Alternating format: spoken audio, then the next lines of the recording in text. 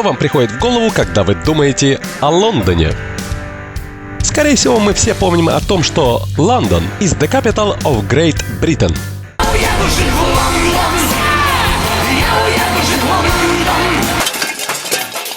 Сугубо извинтяляюсь, вырвалось. У многих людей Лондон ассоциируется с Биг Беном, Тауэрским мостом, конечно же, с Букингемским дворцом и многими другими достопримечалками. Но это все классика. Этот город гораздо глубже и интереснее, чем туристические открыточки и магнитики. Коих, надо сказать, тоже хватает. Я провел здесь свои выходные и открыл для себя нетипичные районы Лондона. Попробовал настоящую индийскую кухню, прогулялся по каналам и заглянул в неожиданные уголки столицы. Также я заглянул на футбольный матч самой скандальной команды Англии.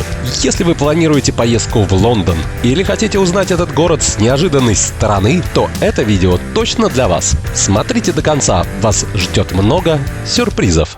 Итак, наехавший в Лондоне. Здесь я всего на пару дней. Этого, конечно, недостаточно, чтобы излазить весь Лондон. На Лондон, наверное, нужно будет 2-3 недели, чтобы его весь излазить. Но в этом видео я покажу основные достопримечалки и не основные достопримечалки. Те, которые лично мне хотелось увидеть, посмотреть. И те места, в которых я еще сам не бывал. Хотя было время в моей жизни, когда я здесь провел 3 месяца аж. Но те времена были кутежные. Ну ладно, это совсем другая история. Ладно. Ставьте мне лайк, подписывайтесь на канал, погнали наслаждаться Лондоном. Но первым делом мы забазируемся в отель. В этот раз каким-то необразимым случаем мы оказались в 5-звездочном отеле, да еще и в центре Лондона. Короче, приходите к своей двери, а тут на те такие кранчики. Я надеялся, что с пивом, а оказалось, что с водой. Купит людей не пиво! Купит людей вода! Если честно, я вообще никогда не понимал, почему люди платят за 5-звездочный отель. Но по мне так вообще никакой разницы от всех остальных отелей, где я когда-либо останавливался. Ну, разве что телек большой и столик такой убранный. Короче, в отеле имеется спа. И вечером пойду заценю, как оно тут. Спят здесь они в этом спа. А вот к спа выдали вот такие вот костюмчики. Говорит, без костюмчиков в спа не пускают. Ну, благо здесь в одежде ходят, в отличие от немецких. Вот в немецких там куда веселее. Будете в Германии, обязательно попробуйте. Как видите, имеется мини-бар. Но он почему-то пустой. Короче, от турецких мини-баров отличается, конечно, британский. Тем, что нужно свое приносить. Единственное, что отличает этот отель от других, по мне, так это то, что под полом есть подогрев. То есть, а все остальное что-то как-то ничего особенного, просто отель. Бросив вещи в отеле, мы отправились к самой достопримечательной достопримечалке Лондона – Тауэр-Бридж. Любой посетитель Лондона прямо обязан сделать селфи с этим самым мостиком. Путь наш пролегал через Лондон-Бридж Стейшн, до которой мы добрались на метро. Кстати, о лондонском метро. В Лондоне, я бы сказал, наверное, одна из самых лучших систем в мире. То есть гигантская просто сетка метро, куча автобусов, различных поездов пригородных. То есть, ну, просто супер в плане транспорта. Да и вообще я бы не рекомендовал сюда ездить на машине, потому что вот если вы ездите на машине по городу, здесь везде можно встрять в пробочки и залипнуть надолго. Но вот общественным транспортом вполне очень даже почетно путешествовать. Раньше надо было покупать Oyster-карту. Я тут был лет 15 назад последний раз. И тогда все покупали Oyster-карту, чтобы купить там какой-нибудь типа абонемента на 3-4 дня, и вы гоняете по всему Лондону, да? Но сейчас как бы можно ее вообще не покупать. Она, кстати, до сих пор существует, но нет смысла покупать, просто вы своей банковской картой платите везде. В метро, допустим, на входе и на выходе пикаете, и с вас снимается по такому же тарифу, как с Oyster-карты, также снимается с вашей банковской карты. С одной стороны, мне лондонское метро нравится, эти нескончаемые коридорчики, да? Но, с другой стороны, есть громадный минус, если у вас ребенок, и вы с коляской едете. То есть, вам придется всегда таскать здесь по каким-то лестницам, ступенькам эту коляску. Эскалаторов во многих станциях нету и на переходах. То есть, это либо тоннели, либо пешочком подниматься по лестницам. Совсем не айс, если у вас маленькие дети. Ну, все отлично в лондонском метро, кроме того, что вагоны все-таки нужно мыть. Люди все-таки дышат этим воздухом целый день. Заходишь в метро, представляете, с какой скоростью поезд несется и всю эту пыль приносит к вам. Да, нужно все-таки мыть поезда. Очень узкий вагон, видите, только в середине вот можно стоять. Ну, там вот проблематично стоять, там все сидят, там, ну, как бы, вообще, маловато места, чуть-чуть, маловато места, чуть-чуть. Хочешь как хочешь, а маловато. От станции Лондон-Бридж мы отправились на прогулку по набережной в сторону Тауэр-Бридж. На пути нам встретилась чудная Хейс-галерея, после которой мы наткнулись на пирс. В 2020 году были запущены речные, так сказать, трамвайчики Uber-Bot. Билет можно купить через приложение Uber и можно проехаться по всей реке, при этом избегая пробок. Можно прокатиться даже под мостом Тауэр-Бридж. Таки общественный транспорт. Это, кстати, местная Аврора, я ее так называю. А вообще этот корабль называется Белфаст. Белфаст известен тем, что в начале прошлого столетия он был, так сказать, меккой кораблестроения Британии. То есть там все корабли Британии строились, в том числе «Титаник». Ирландцы — это единственная нация, которая гордится кораблем, который утонул. У них даже музей по этому поводу есть. Кому интересно, я здесь где-нибудь ссылочку оставлю на мои приключения в Северной Ирландии. Посмотрите, очень много замечательных мест там, от «Игры престолов» до, собственно, «Титаника». И вот мы добрались до Тауэр-Бридж, что был построен в 1894 году. Построен он в неоготическом стиле, чтобы своим видом совпадать с Лондон Тауэр. Чем он известен? Тем, что он открывается, этот мост. За год он открывается 850 раз примерно. Изначально сам механизм был паровой, а сейчас он тотально электрический. Что еще хорошего в этом мосте? Да просто он выглядит хорошо. Из любопытных фактов, во время Второй мировой войны он служил смотровой площадкой. От самолетов, видимо, сообщали от немецких, от бомбардировок. С этим мостом случилась забавная история в 1956 году, когда разводили мост. Один нерадивый водитель автобуса решил что-то не тормозить, видимо, что-то прощелкал. Тормозить, видимо, уже было поздно. Он нажал педаль в газ и, собственно, перепрыгнул мост. Видимо, он только начинал разводиться, и он сумел реально перепрыгнуть. Вот эта двухэтажная махина перепрыгнула Тауэр-Бридж. Представляете, да? Не хотел бы я быть на месте пассажиров этого автобуса.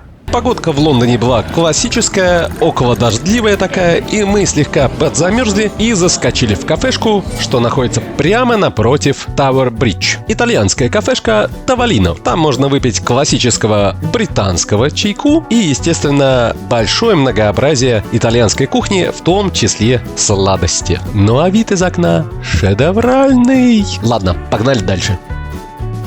До Tower of London можно добраться двумя путями, либо через мостик, ну либо как лентяи проехать пару остановок на метро, что мы, собственно, и сделали. Вот так вот, выйдя из метро Tower Hill, вы сразу же попадаете вот на такой вот шедевральный вид. Строительство этого Тауэра началось в 1078 году, и прошла эта крепость через все эпохи английской истории. Когда-то здесь жили короли, ну а потом узники. В данный момент это является одной из самых достопримечалок Лондона и всей Британии. Поговаривают, в этой крепости до сих пор хранятся королевские сокровища, так сказать. Tower of London. Еще одна достопримечательность, которая ассоциируется у всех с Лондоном. Обязательно туда заскочите, если вы первый раз в Лондоне. Если не первый, вы точно там бывали. Я там бывал дважды. Отличное место, если вы интересуетесь британской историей. Вы просто должны там побывать. Так как я там бывал уже пару раз, я туда сегодня не пойду. Предпочитаю посетить те места, которые я еще не посетил, так как Лондон гигантский. За 2 дня его весь не посмотришь. Пойду в те места, которые я не видел, либо в те, которые я хочу именно увидеть. Также имеется такая легенда, что в Тауэре обитают ручные вороны. Если, по легенде, они покинут, так сказать, этот Тауэр, то монархия Британии падет. Ладно, погнали дальше. Если вы уж и собираетесь посетить Tower of London, не примените зайти в сад церкви Святого Дунстона. Это развалины церкви, которые были преобразованы в сад. Церковь была построена в 1100 году, практически в те времена, когда был и Тауэр построен. Пострадала она в 1666 году от того самого пожара. В этом пожаре сгорело 13 тысяч зданий в Лондоне. Но, кстати, была восстановлена И до тех пор она существовала, пока фашистская Германия не разбомбила ее. После войны ее не стали восстанавливать. И в 1971 году преобразовали ее в сад. Пойдем посмотрим. Говорят, очень умиротворяющее место. Прям спокойствие в большом городе. Спокойствие, только спокойствие.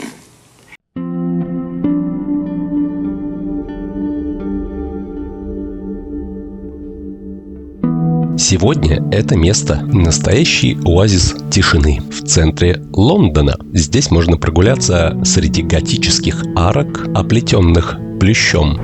Я тут нахожусь зимой. Представляете, как летом здесь все зелено. Все вот эти вот растения превращаются в зеленый ковер.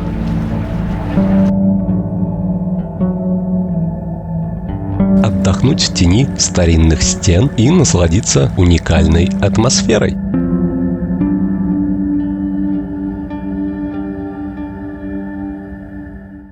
Довольно-таки умиротворенная обстановочка, как и должна быть, по сути, в церкви, либо в месте, что является бывшей церковью. Ну, здесь можно так вот присесть и умиротвориться.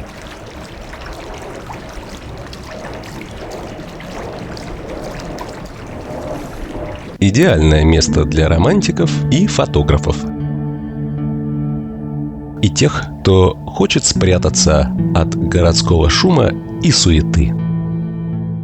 Следующим пунктом назначения был знаменитый небоскреб Sky Garden. Поднявшись на высоту 155 метров, вам открывается фешенебельный вид на весь Лондон, так сказать. При этом вас окружает тропический сад, да еще с барчиками да ресторанчиками. Основная фишка этого места, что вход туда абсолютно халявный.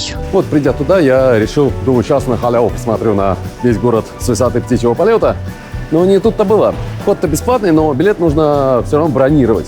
То есть количество мест ограничено, и поэтому туда, естественно, ставить всегда очередь. И безбилетников туда, так сказать, не пускают. Я об этом не знал, и поэтому сугубо обломался. Так что, если вы планируете посетить Лондон и посетить Sky Garden, то бронируйте билетик заранее. Он совершенно бесплатный, но за 2 недельки придется забронировать.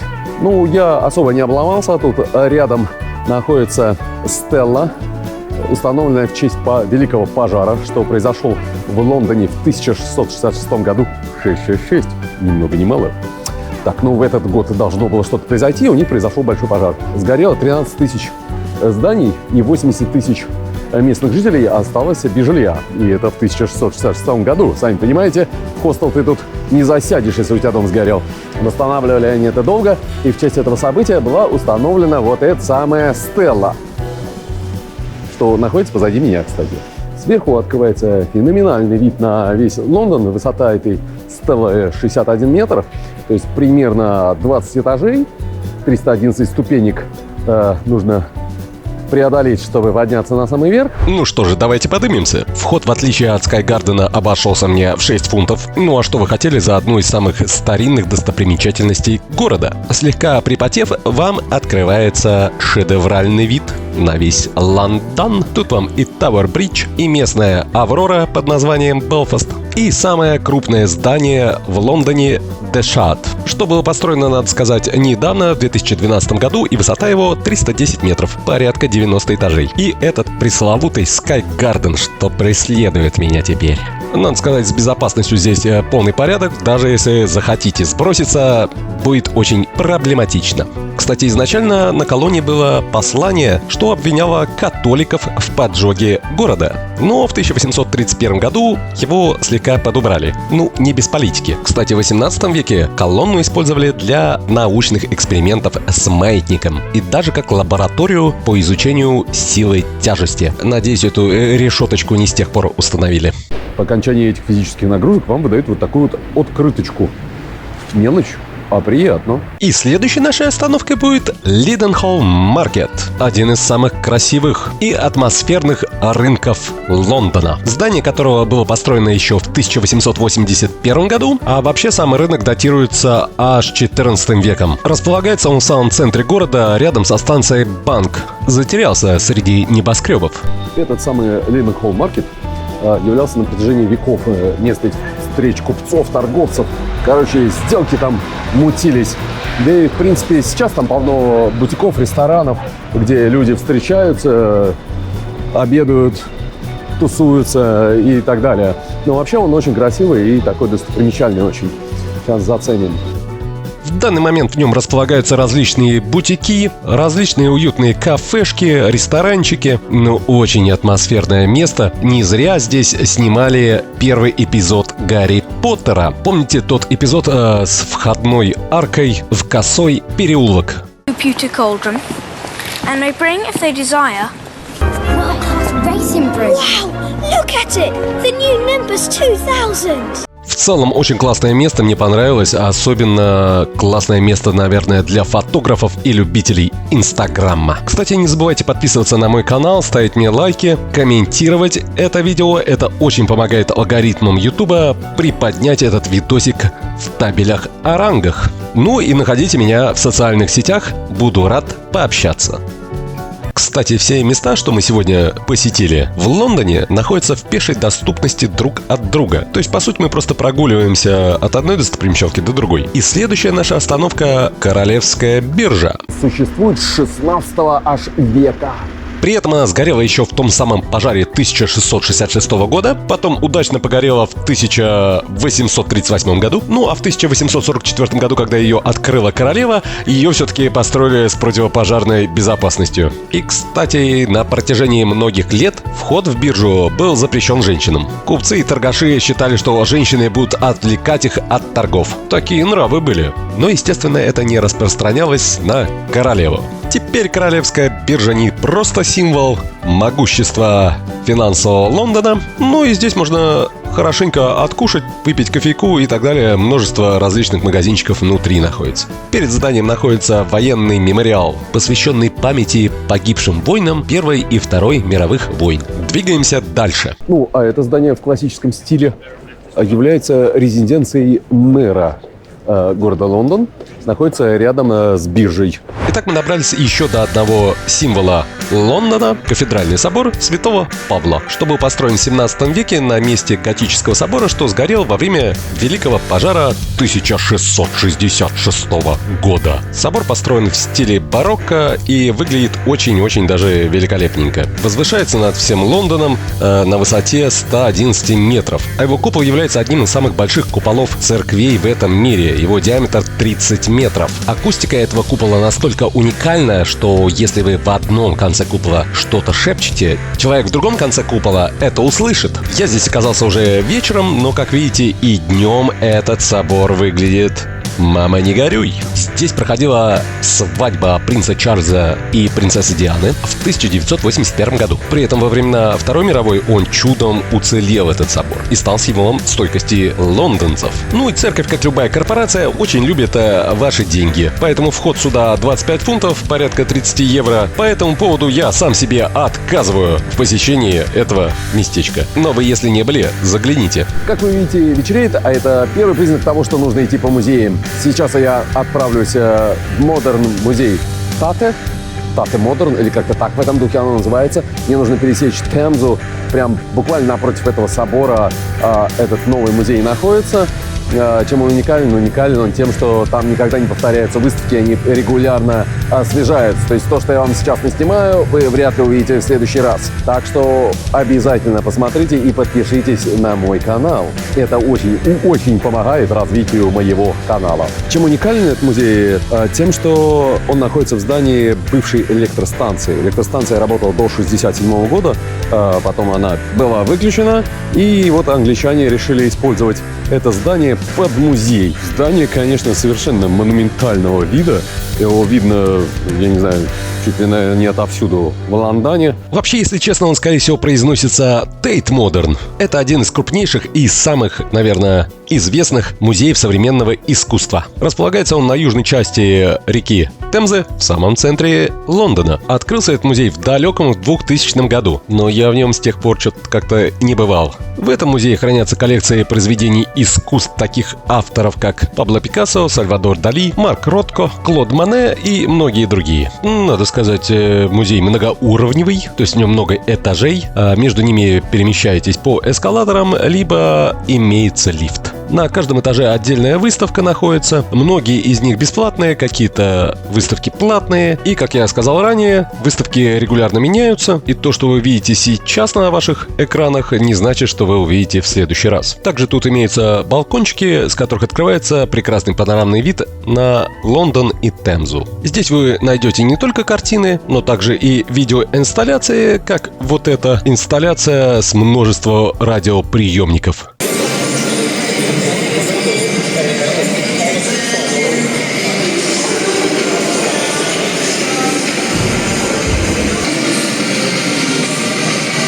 И даже политические заявления.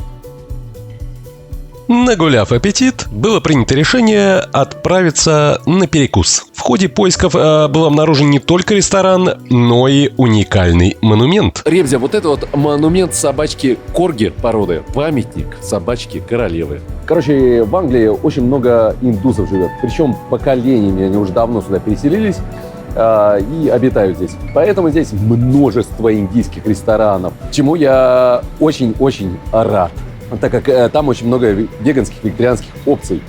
Одним словом, мы зарулили в один из веганских вот этих индусских ресторанов, хорошо там откушали. Я как веган-джихад обожаю индийскую кухню. Это у меня карри с панини, это рисик, это тут овощи какие-то, супер-супер-пупер карри Викусик заказала. А это я сам не знаю что. Это тоже рис. То сейчас будем дегустировать. Цены довольно-таки приемлемые. Получилось где-то по 15 фунтов за мил. Хотелось бы сказать, куда бы вы ни шли, везде в чек вам вписывают типсы. То есть типсы уже вписаны прямо в чек. Обычно это от 10 до 15% тех денег, что вы потратили, вы еще сверху должны оставить официанту. Но они уже включены в счет, и вы не можете отказаться. То есть будьте готовы к тому, что к цене можете сразу накидывать 10-15%, когда вы выбираете себе поесть в ресторане в Лондоне. И вы категорически не можете пропустить Чайна-таун в городе Лондон, что располагается рядом со станцией Лестер Сквер. Вообще Чайна-таун, конечно, китайский район, но здесь можно найти любую кухню, от японской до, не знаю, тайской, малазийской. Одним словом, всю Азию здесь можно попробовать на вкус.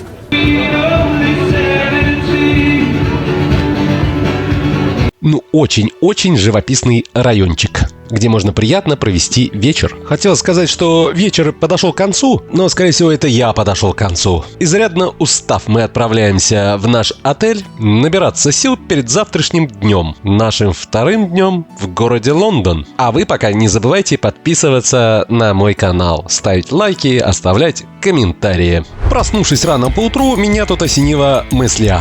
Знаете, чем мне нравится Лондон? Вот когда по нему гуляю, мне вот это всегда как бы поражало. Вот такие вот здоровые дома, многоэтажные, современные, пересекаются вместе вот с такими вот замечательными барами. Сейчас автобус отъедет, и я вам покажу этот замечательный барчик, который стоит среди небоскребов. То есть, одним словом, британцы строят новые небоскребы, но вот старую архитектуру уважают также. То есть, вот такой вот барчик находится, и за ним, видите, такие большие небоскребы. Я все думаю, сколько денег предлагали хозяину этого бара, чтобы он продал землю, этот бар, и там построили небоскреб. Но он, по всей видимости, сугубо яро отказывается. Видимо, денег ему хватает из бара, и поэтому он не продает его. И я так понимаю, это из-за того, что частная собственность здесь в почете. Поэтому вот стоит вот такой вот старенький барчик, и вокруг него небоскребчики. Как говорится, хорошая мысля приходит поутру. Сегодня я, как всегда, хочу много чего увидеть. И первым делом я решил посетить места давно минувшей славы. Отправляюсь в не туристический, но довольно-таки тусовочный, как минимум в прошлом, район Камден-таун. Так, Камден-таун — это место давно прошедшей славы, а точнее тусовок. Было дело, я 15 лет назад провел здесь порядка 3 месяцев, протусил. И Камден-таун — это было такое место тусовки. Здесь куча различных баров, ресторанов. И во многих барах играл панк-рок, либо метал-банды выступали, либо просто играл музончик там такой альтернативный, мягко говоря. Но вот сейчас он как-то превратился в какой-то китайский, турецкий квартальчик, где продают всякую всячину, как видите, вон на заднем плане, да? Но в некоторые бары до сих пор, если вы заходите, то можно услышать играющий панк-рок. Ну, вообще место стало туристическим, видите, даже улицу перегораживают, и теперь можно бродить здесь. Ну, то есть вот такое прикольное было место. Все неформалы здесь собирались, тусили. У кого не было денег, у метро стреляли мелочь. До сих пор примерно то же самое происходит там у метро. У кого было немного денег, скидывались на пивандер и шли на канал. Здесь очень живописный канал, где можно было присесть, взять тейк-авейчик, какой-нибудь перекус, набрать пивка и летом сидеть на солнце и тусить. То есть вот такое место было. Вечерами здесь всегда были концерты, гиги проходили и все рубились. Было круто. Ну вот сейчас вот он выглядит немножко по-другому. Смотрите, какая вывеска на входе. Салон, бар и такая небольшая анархия. Но сейчас там явно не до анархии. Мне кажется, он такой очень туристический какой-то внутри. Вот в этом элефанте бармен такой весь в тату, в корне, и у него там играет металл, так что не проходите мимо. Там либо металл, либо панк-рок. Также здесь полно уличной еды. Вот мой выбор в этот раз выпал на фалафель. Буквально за 8 фунтов я его приобрел и перекусил. Ну, 8 фунтов, примерно 10 евро, чтобы вы понимали вы цены в Лондоне. Камден стал настолько популярен, что здесь даже фильмы снимают. Я видел, много здесь стоит в закутках, так сказать, грузовичков, явно снимающих фильмы. И вот здесь что-то готовится к съемке. Видимо, поэтому перегородили улицу. Вот сейчас это выглядит вот так вот по-туристически. А раньше можно было найти множество, эти все магазинчики, ну не все, но многие, продавали атрибутику панк-банд, там метал-банд, рок-банд. То есть такой район был довольно-таки неформальный, такой, я бы сказал, кастл-рок здесь такой стайл продавали. Люди из Питера меня поймут, что я имею в виду. Район кастл-рока в плане продаж был. Ну и тусила вся неформальная молодежь этого 15-миллионного города именно в Камден-тауне. Конечно, в каких-то моментах Камден-таун не меняется. И здесь очень много веселых моментов и граффити присутствует. Да и народ тоже неформальный, как видите, тусит немножко. Но это, конечно, совсем не то, что было 15 лет назад. Да, я думаю, если 30 лет назад взять, так это вообще совсем другое место. Стал он каким-то таким довольно-таки прилизанным, что ли, этот район. Как видите, новых штучек здесь понастроили и так далее. В общем-то, я зашел, поностальгировал, жахнул пивка, перекусил и погнал дальше. И следующая наша остановочка — это знаменитый тоннель граффити города Лондон, что располагается рядом со станцией Ватерлоу. Так, ребята, я не знаю, любите ли вы граффити, а я их очень люблю. Хоть и ни черта в них не понимаю. Да я даже не думаю, что в них нужно понимать. Просто наслаждаюсь визуалом, так сказать. А если визуал еще и с каким-то подтекстом и идеей, так вообще респектуха. Я стараюсь посетить граффити-места в разных городах. Вот я бывал в Колумбии, хотя там и улица такая довольно-таки доджи была, да? Довольно-таки опасная улица была. Нужно было смотреть по сторонам, но вот посетил и не жалею. Я где-нибудь здесь ссылку прикреплю. Также я в городе Гент бывал на небольшой улочке граффити прямо в центре. Но она такая совершенно спокойная.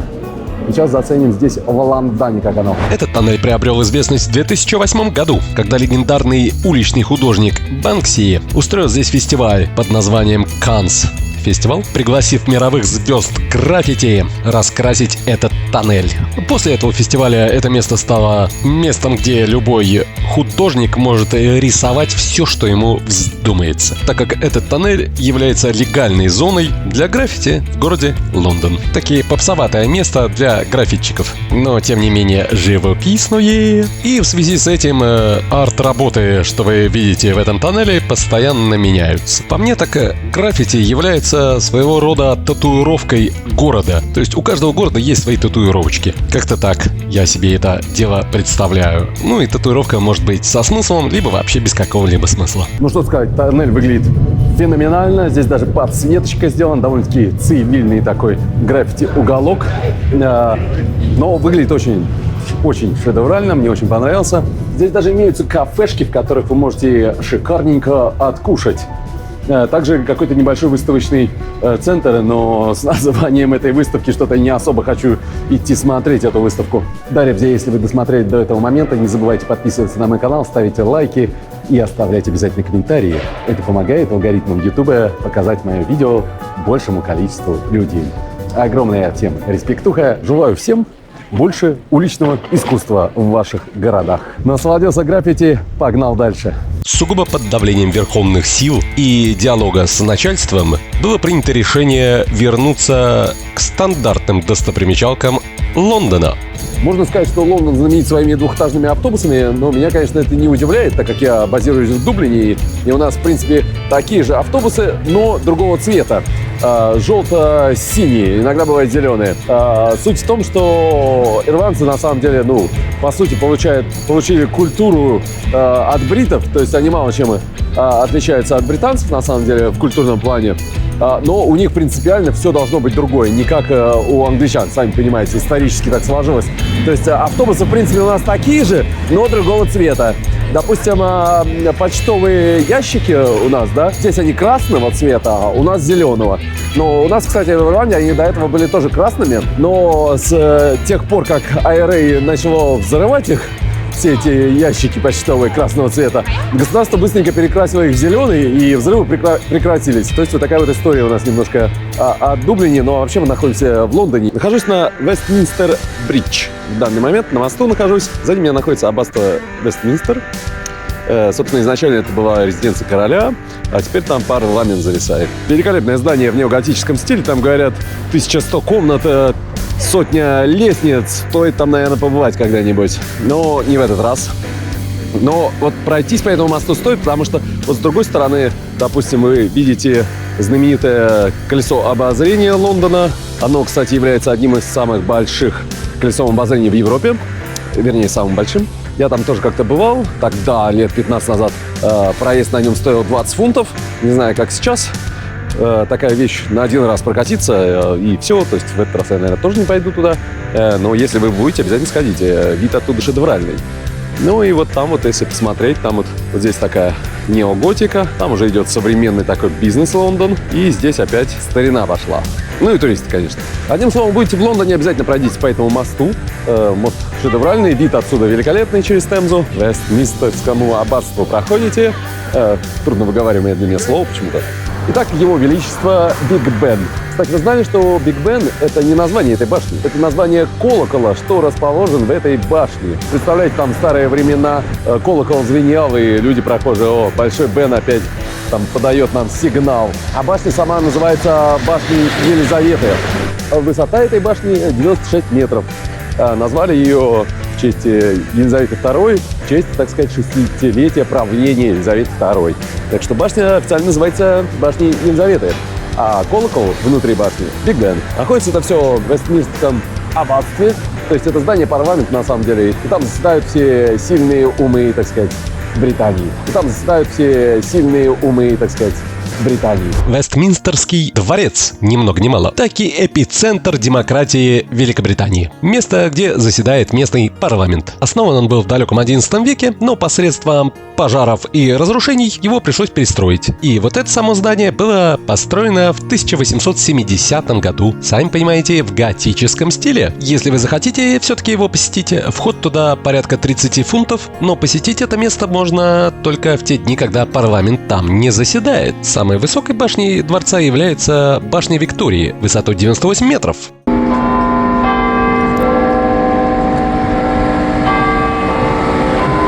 Внутри я так ни разу и не бывал, хотя бывал в Лондоне много раз. Может быть, когда-нибудь скажу, но вот я здесь всего на пару дней и не хочу тратить на это. Хочу просто погулять по городу и насладиться им. Возможно, когда стемнеет, и я уже не смогу снимать, я зайду куда-нибудь в какой-нибудь музейчик. Но я пока не планирую, просто гуляю. Прямо напротив Вестминстер Палас находится Парламент Сквер Гарден. Чем хорош этот, так сказать, гарден? По периметру гардена располагаются статуи известным личностям, таким как Нельсон Мандела, Абрахам Линкольн, Махатма Ганди и многим другим. Почему-то что-то они этого Ким Чен Ына упустили.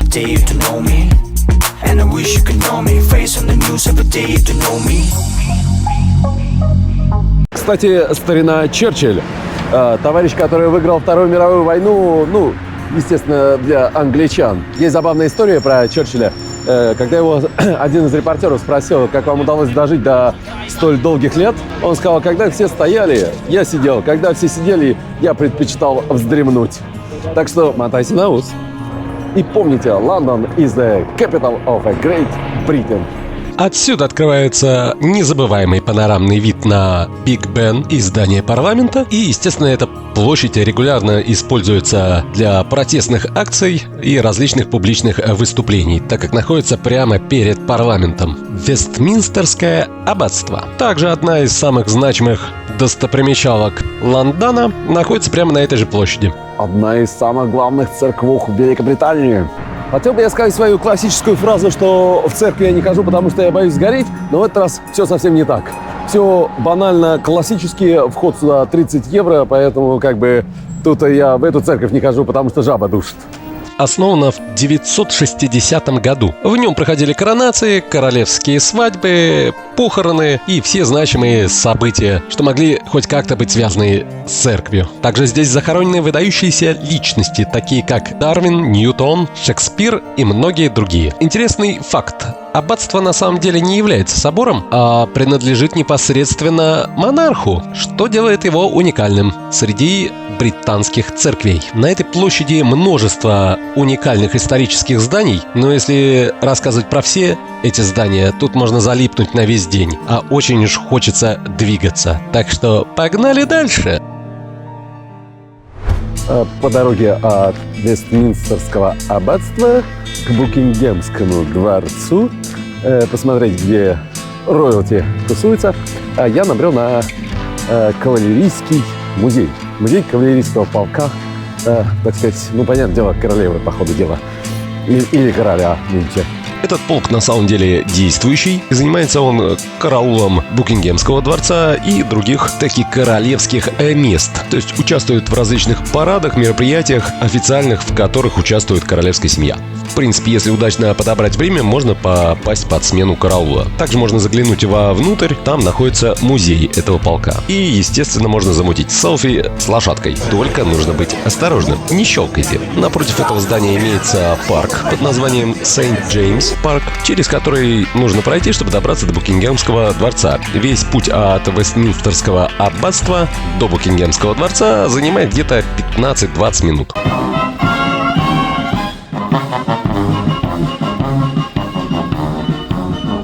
Посетив Букингемский дворец, вы можете наткнуться на такую церемонию смены караула. Смена караула проходит ежедневно в 11 утра и длится 45 минут. Так что, если вы хотите посмотреть за этим чудом, планируйте свое путешествие.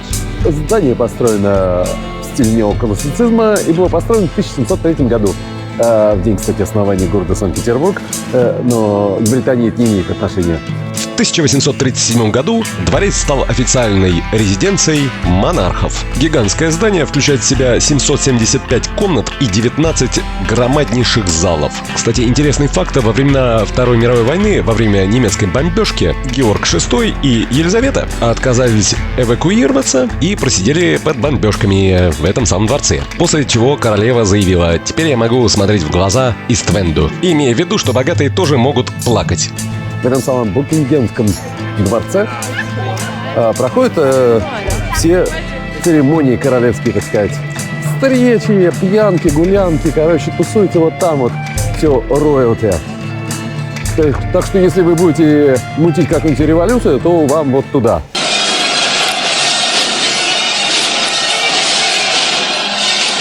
Ну, а этот монумент перед палацом, перед дворцом, монумент памяти королевы Виктории, был основан в 1911 году после гибели той самой Виктории. Как сами видите, в Лондоне бывает тесновато на достопримечалках, поэтому планируйте свой день заранее. Отправляемся на Трафальгарскую площадь. В принципе, до нее можно дойти пешочком, но чтобы ускорить этот процесс, мы воспользовались метро, добравшись до станции Черинг-Кросс. В центре площади находится колонна Нельсона, установленная в честь того самого адмирала, победившего в битве при Трафальгаре в 1805 году. Вокруг находятся львы, у которых все любят делать селфи. Также на этой площади находится Национальная галерея, вход в нее бесплатный. Там находится множество множество полотен знаменитых западноевропейских художников, таких как Да Винчи, Ван Гог, Рембрандт и так далее. В ней реально можно залипнуть часа на 2, так на 3, но, сами понимаете, у меня этих 2-3 часов нету. И там я уже к тому же бывал. Но если вы в Лондоне на недельку на другую, то обязательно сходите. Я в галерею не иду, я здесь сегодня по другому поводу. Иду к Адмиралтейской арке, что была построена в 1912 году в честь королевы Виктории. Арка состоит из 3 небольших арок, и в одной из этих арок спрятана небольшая скульптура носа. По всему району Сохо таких около 7 носов спрятанных. Что-то типа квеста «Найди все 7 носов». Это арт-проект художника Рика Баркли, и установил он их в знак протеста против тотального видеонаблюдения, против камер CCTV. Тот самый Джеймс Кук. Ну почему абориген съели Кука? Ну, как вы видите, у меня, как всегда, не без облома. Арочка, так сказать, на реконструкции. Видите, вот там вот должно быть, по идее, 3 арочки тут нарисованы. И вот в одной из них тот самый нос. Ну и если вы прогуливаетесь по Трафальгарской площади, вы просто обязаны заглянуть в церковь Сент-Мартин-ин-де-Филдс. Известна она своим неоклассическим фасадом. Это одна из первых церквей с таким фасадом. Впоследствии многие церкви, особенно в Америке, начали строиться в таком же стиле. Здесь, естественно, проходят церковные службы и иногда классические концерты. Дальше мы отправляемся в живописный район Вест-Энд, что находится буквально в 2 шагах от этой церкви. Буквально 5 минут ходьбы.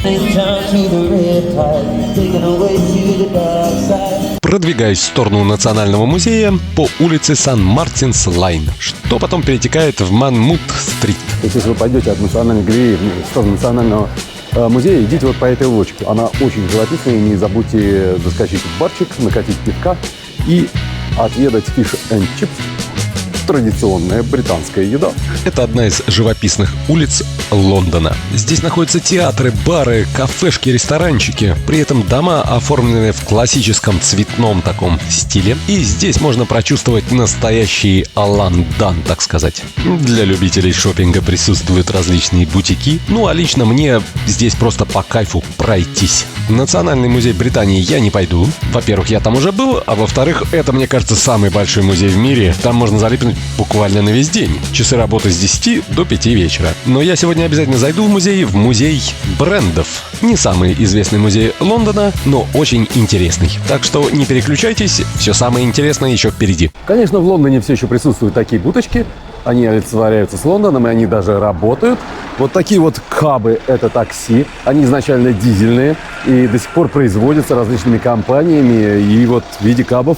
Но вот современные, вот такие, чуть дальше стоит, это уже электрокар. Чтобы воздух был почище в городе, дизеля удаляют и ставят электрокары. Город-то, сами понимаете, 15-миллионный. То есть воздух здесь не шикарный считается, но вот электрокарами такси и автобусы даже электрические имеются. То есть пытаются бороться с этим делом. По дороге к музею брендов я решил заскочить на необычный монумент.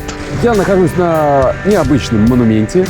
Монумент этот называется «Дикий стол любви». Одним словом, автор, видимо, хотел сказать, что все мы разные и жидкие, и газообразные, но все мы можем быть вместе за одним столом.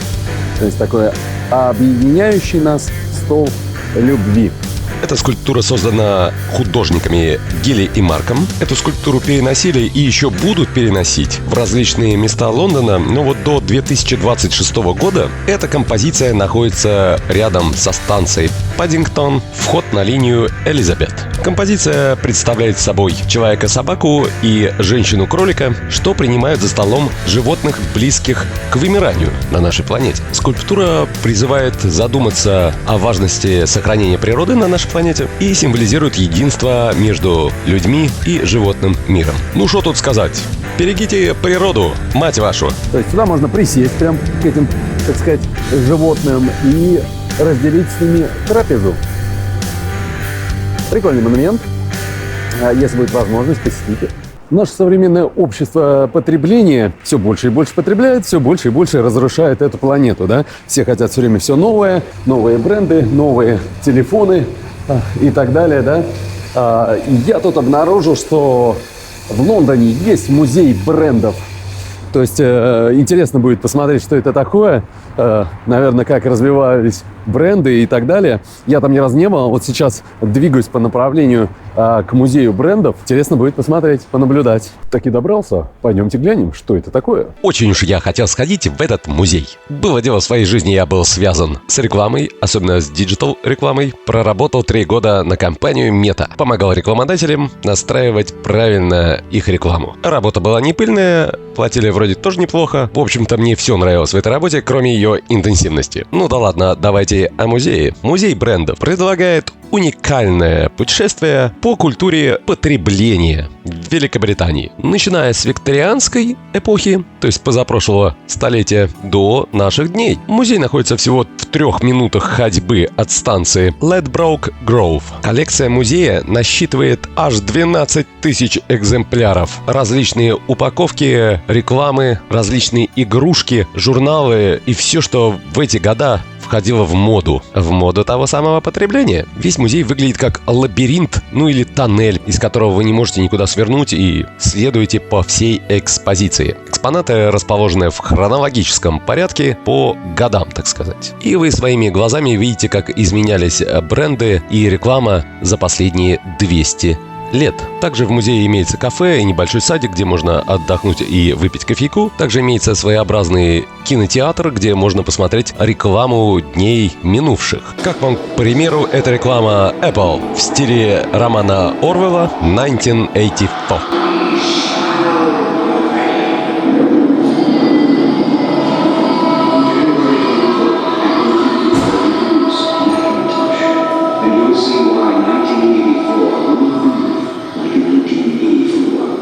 Ну или вот эта реклама чулков женских.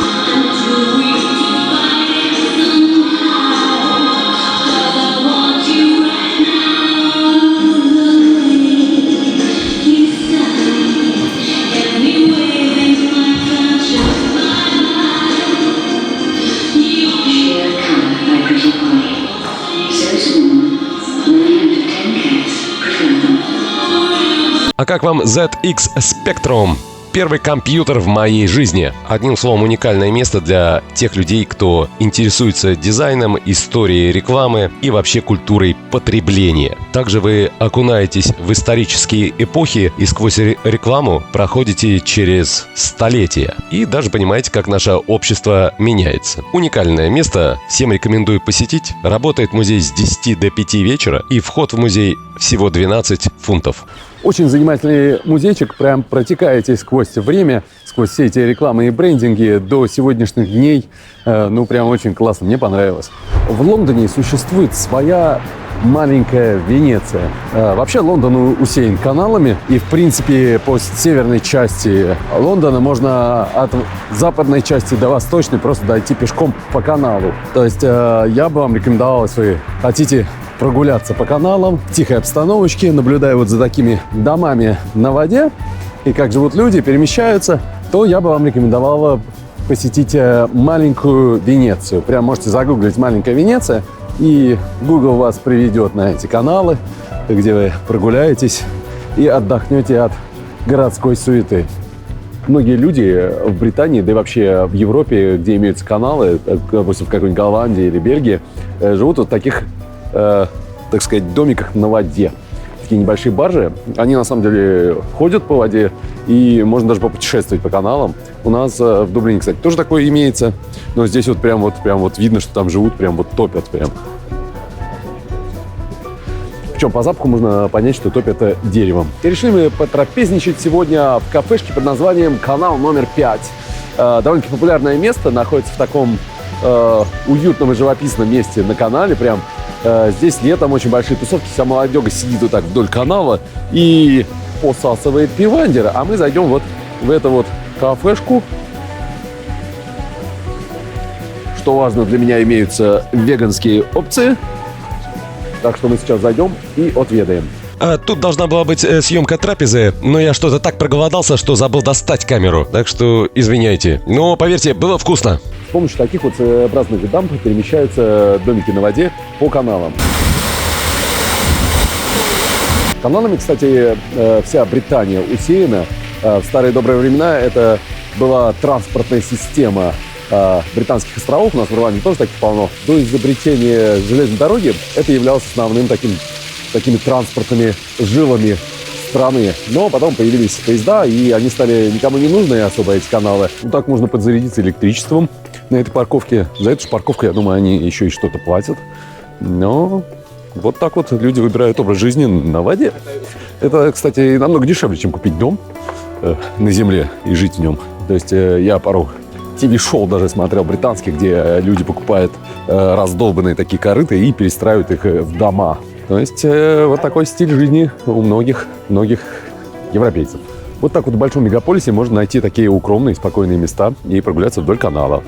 Ну как же быть в Англии и не сходить на футбол? Сегодня я иду на команду, которая прославилась по всей Англии своим буйным нравом. Вернее, даже не команда, а ее фанаты. И главный лозунг фанатов этого клуба «Nobody like us and we don't care». То есть никто нас не любит, и нам на это плевать. То есть вот такой лозунг у команды, и весь стадион это кричит. Команда рабочего класса изначально, да и по сути им сейчас и является. И самое кровавое противостояние у них это против клуба West Ham United. То есть кровавая битва у них обычно происходит с этими ребятами. В фанатской среде эти ребята считаются одними из самых жестких фанатов. А вообще сам клуб в высшем дивизионе за всю свою историю играл всего 2 сезона. С 88 по 90 год. Хотя при этом в 94-м они достигли финала Кубка, проиграли Манчестеру. Но так как Манчестер выиграл чемпионат, они попали в Кубок УЕФА тогдашний. И даже там засветились. Стадион команды называется The Den. Собственно, вмещает он 20 тысяч. Надеюсь ощутить всю обстановочку чемпионшипа и английского футбола в целом. Увидеть, как рабочий класс поддерживает свою команду. Надеюсь увидеть хоть чуть-чуть слегка безбашенных болельщиков футбола. Также надеюсь прикупить атрибутики этого футбольного клуба и спеть песню «Nobody like us and we don't care». Фанаты очень много пошумели по Англии в прошлом веке, но в этом веке клуб старается работать со своими фанатами, чтобы эта слава куда-то подзабылась и подпропала. И сейчас посмотрим на стадионе, увидим, имеется за ними эта слава или нет. Ну, хотя обычно все стычки проходят до матча, либо после, но тем не менее хотелось бы услышать много песен и энергичного атакующего футбола. Ну что, вы догадались, что это за клуб? Это клуб Millwall. Иду я на их матч, надеюсь вернуться живым. Если я не вернусь сегодня с матча, считайте меня коммунистом. Но если вернусь, забудьте. Клуб был основан в 1885 году, причем шотландцами, которые работали на консервной фабрике в районе Миллволл. По всей видимости, цвета клуба именно из Шотландии. Сине-белые, либо бело-голубые. Миллволл сегодня встречается с гостями из Кардифф-Сити. Кардифф-Сити – это уэльская команда из города Кардифф одноименного. Кардифф располагается на 20-й строчке чемпионшипа, а Миллволл на 17-й. Но у Миллволла на одну игру меньше, чем у всех, так что они так вот по потерянным где-то месте так на 10-м. Но посмотрим, как закончится сегодняшняя игра. Ну, я иду, конечно, за атмосферой, за большим количеством голов. И я надеюсь, все сегодня побегут в атаку. Фанаты будут петь. Я буду пить пиво, петь с ними песни. Хотя много я не знаю, знаю всего одну. Кричалочку ихную. Но, тем не менее, пойду кайфовать от английского футбола. Подзатрясся слегка, теперь готов к матчу. В отличие от ирландских стадионов, здесь пивандер продается прям только в путь. И можно оплачивать карты, в отличие от бельгийских стадионов. Ну, за ваше здоровье и за победу Millwall. Алкоголь на стадионе продают только в путь, но вот дальше вот этой надписи нельзя ходить. Так что придется выпить это все здесь, а вот буквально уже вход на сами трибуны. Одна из вещей, что удивили меня на этом стадионе, это вот эта мемориальная стена в память о покинувших этот свет фанатов Millwall. Такого я не видел ни на одном стадионе. Так, пиво мы допили и ломимся на трибуну. Стадион, надо сказать, 20-тысячный.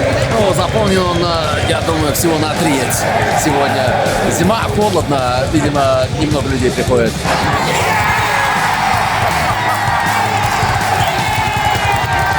На второй минуте Millwall уже открывает счет 1-0. К Кстати, самым известным игроком Милволл был Тедди Шерингем. Провел 8 сезонов за клуб, забил более 100 голов и даже выводил их в высшую лигу. И если вы не в курсе, кто такой Тедди Шерингем, он играл за сборную Англии, играл за Манчестер и Тоттенхэм и выигрывал Лигу чемпионов. Нет, места наставить рядом со скамейкой выездной команды, да? И тут, я так понимаю, специально обученные люди сидят и стебутся над тренером выездной команды. Тут у них такая позиция, и вот эта вот вся бригада угорает вот над тем человеком.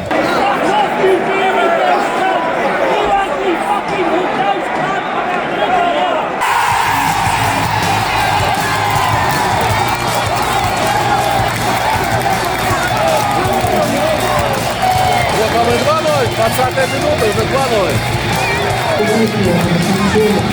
Как видите, местные слегка в шоке от того, что их команда повела уже 2-0.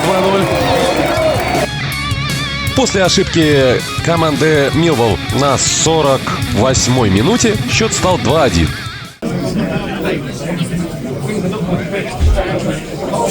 Ну, а в перерыве все смотрят повторы забитых голов и обсуждают.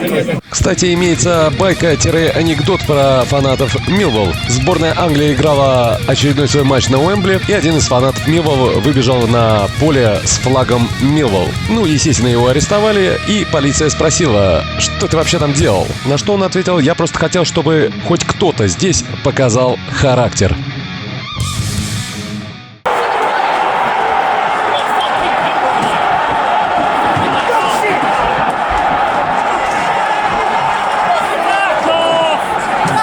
Блин, вы не поверите, Кардив забил во втором тайме на добавочной минуте, на последней, на 97-й. Еще стал 2-2. В обоих таймах на последней минуте забил. Огромная респектуха всем тем, кто досмотрел это видео до конца. Не забудьте поставить мне лайк и подписаться на этот канал. И обязательно оставьте комменты. Это позволяет алгоритму YouTube поднять мой видосик повыше в табеле Харанга. Канальчик у меня маленький, уж очень хочется, чтобы он подрос. Спасибо вам огромное. Так что не стесняйтесь, оставляйте свои комментарии. Абсолютно любые, по любому поводу, под этим и под другими моими видео. Ох, это был мой Лондон, и я надеюсь, он вам понравился. И вы приятно провели свое время в моей компании. До встречи в следующих видео.